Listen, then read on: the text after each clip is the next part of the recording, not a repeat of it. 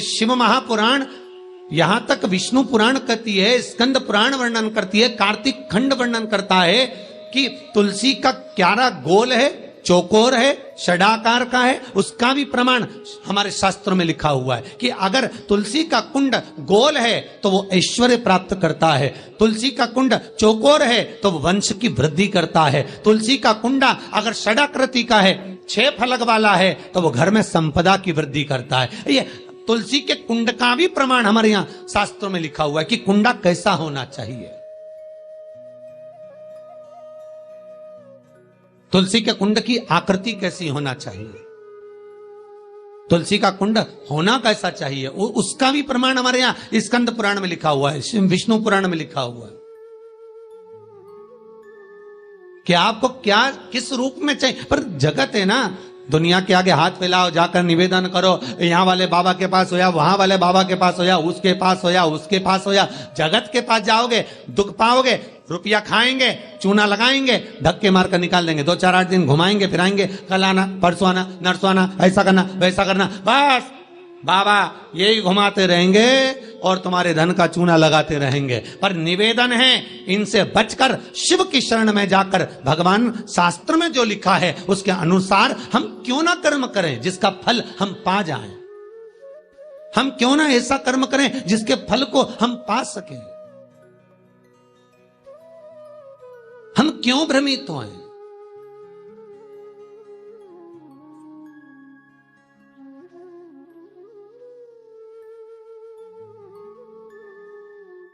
हमारे यहां तुलसी के कुंड का भी विधान है। गोल कुंडा है ऐश्वर्य देगा, चौकोर कुंडा है, आप लोग कई बार देखे होंगे किसी किसी के यहां चौकोर तुलसी का क्यारा होता है, कुंडा होता है, वो वंश बढ़ाता है। षडाकृति का है, वो धन देता है, संपदा देता है।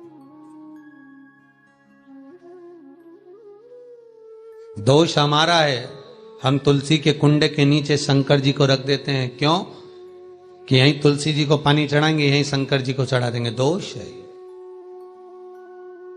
तुलसी के कुंड के नीचे हम सर्प देव को रख देते हैं, नाग देवता रख देते हैं, पानी चढ़ाएंगे, पात्री रख देते हैं, नहीं, दोष।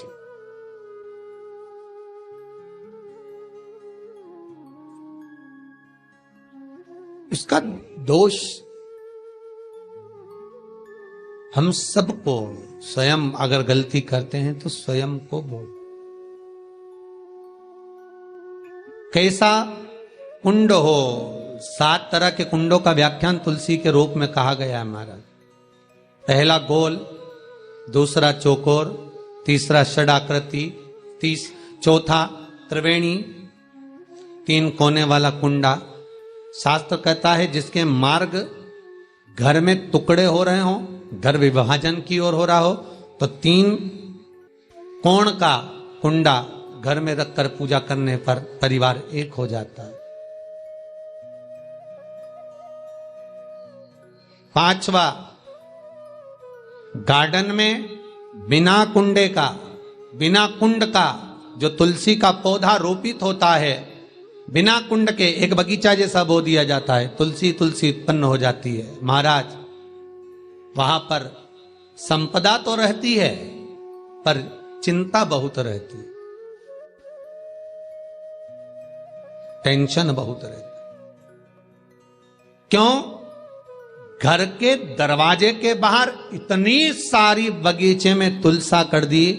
कोई निकल कर जा रहा था, उसने थूक दिया, कोई निकल कर जा रहा था, उसने पानी डाल दिया, कोई श्वान ने, कुत्ते ने, किसी ने, बिल्ली ने गंदगी कर दी, उसका दोष आपको लगेगा। इसलिए कुंड के अंदर तुलसा का, तो वो धन तो देगा, जो तुमने बगीचे में तुलसा लगाई है, गार्डन तुलसा का करा, वो धन तो देगा, संपदा भी देगा, पर चिंता को बढ़ा देगा। 5,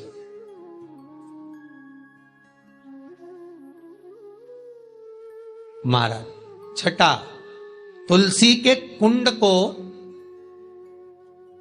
3 धार पर लटका कर रखना।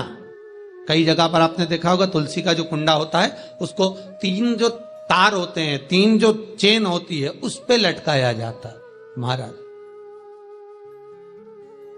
विष्णु पुराण उसका भी व्याख्यान करती है महाराज, वहां व्यक्ति के कार्य उन्नति की सीढ़ी की ओर बढ़ जाते हैं।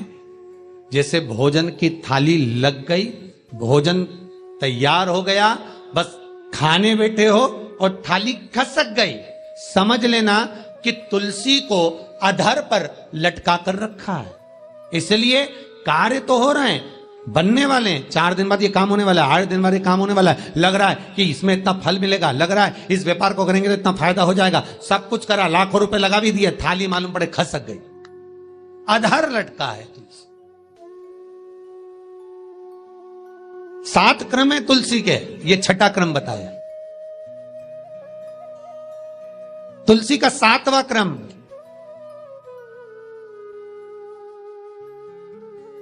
तुलसी का 7वां क्रम है महाराज,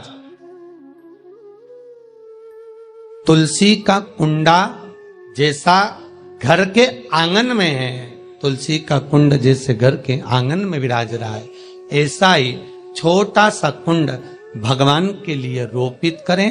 प्रतिदिन भगवान की सेवा करते समय तुलसी का कुंड सम्मुख रखकर उसकी आराधना करना, फिर उस कुंड को वापिस बाहर ले जाकर रखना, फिर दूसरे दिन पूजन के समय पर कुंड को लाकर रखना। हम तो यहां तक कहते हैं, विष्णु पुराण गर्ग संहिता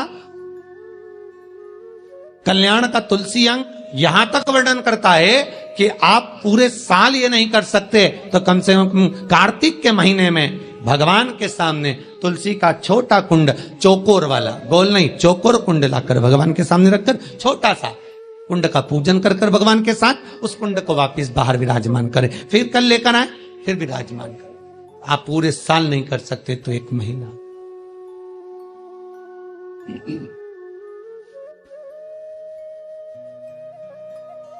उसका फल 1000 गुना प्राप्त होता है। तो किस चीज के लिए कहा गया कि तुलसी का कुंडा एक बाहर हो, एक घर के अंदर मंदिर के सामने पूजन के लिए रखा जाए? तो कहते हैं उस घर में वैभव, सत्ता, संपदा, लक्ष्मी, समृद्धि, शांति की कभी कमी नहीं, कभी कमी।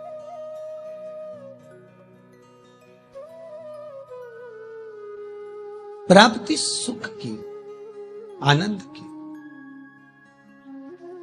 7 तरह के कुंड, 7 तरह के तुलसी के रोप का वर्णन हमारे यहां विष्णु पुराण में किया गया। 7। आप किस भाव से कर रहे हैं ये आपके ऊपर।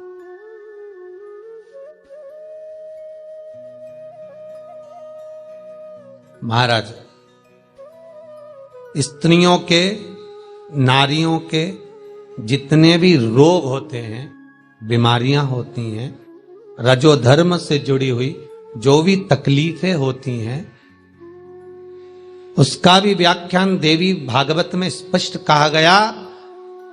गूलर का फूल, अर्थात जो देवी जी को, माता जी को जो घंटी वाला फूल चढ़ता है लाल कलर का, गूलर का फूल, माता के चरणों को छुआकर तुलसी के पौधे का स्पर्श कराकर जो नारी को रजोधर्म से जुड़ी हुई परेशानियां होती हैं, उसके अंतर्गत वो फूल तुलसी का पौधा दिखाते हुए खिला दिया जाता है, तो 3 दिन में उसको 2 दिन में आराम लग जाता है, 2 या 3 दिन में आराम। महाराज, तो शास्त्र कह रहा है